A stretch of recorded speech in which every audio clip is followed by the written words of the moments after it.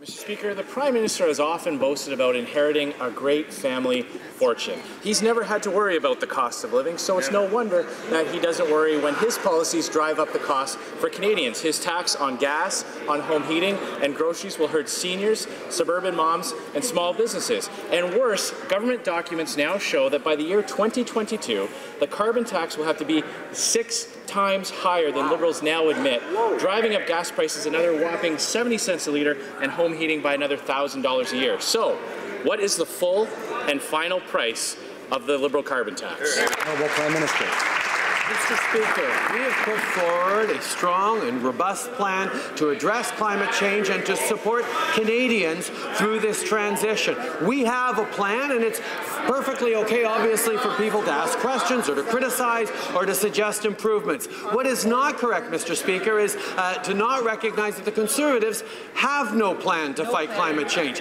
They have no idea how to fight climate change and prepare our economy for the future, to create the jobs of the future. They don't see it to be as a priority, and Mr. Speaker, that's where they're wrong. Canadians know, from wildfires to floods to droughts right across the country, we need to act on climate change, and they are not. The Honourable Leader of the Opposition. Mr. Speaker, it's the Liberal government that doesn't have a plan to reduce emissions in Canada. All their plan is a tax grab. The reason why we know it won't reduce emissions is because they've given a massive exemption to the largest emitters in Canada.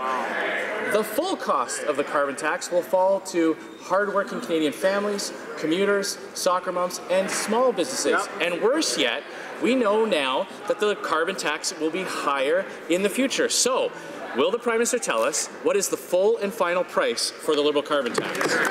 Honourable Prime Minister. Again, Mr. Speaker, if you'll notice, you'll see that the Conservatives do not want to address the question of what their alternative is, how they are going to fight climate change. We've been very clear. We're going to put a price on pollution. We're accelerating the phase out of traditional coal power. We're making historic investments in cleaner infrastructure. We're adopting regulations to cut methane emissions. We are moving forward in a way that is going to support families and protect them for the future, where the Conservatives have no plan at all, Mr. Speaker, and that's unacceptable. Order, order. All members know that each side will have another chance to take part in this question and answer during question period, this process of debate. So I'd ask colleagues to try to be patient and wait for their turn. The Honourable Leader of the Opposition. Mr. Speaker, it's the Liberal government that has put a price of 0 for the largest emitters in Canada. They have granted a huge exemption to large emitters that can afford to hire lobbyists to get a special deal.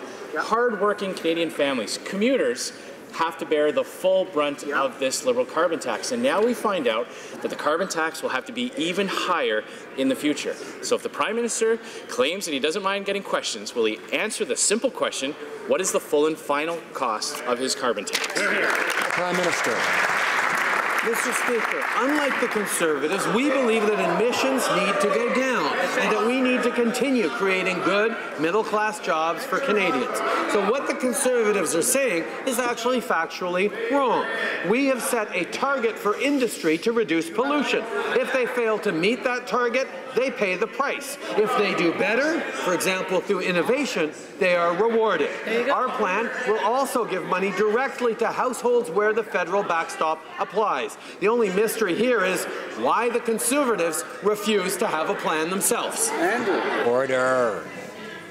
The Honourable Leader of the Opposition. Speaker, they've granted a huge exemption. That is from their own documents. And when a company goes over that target, they don't pay a tax, they can purchase offsets. So they have come up with a scheme that allows the country's largest emitters to avoid paying the carbon tax. But that special deal is not available to hardworking Canadian families, commuters, suburban moms, or small and medium-sized businesses who have to pay the full brunt.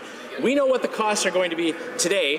What will the full and final cost be for the carbon tax in the future? Honourable Prime Minister.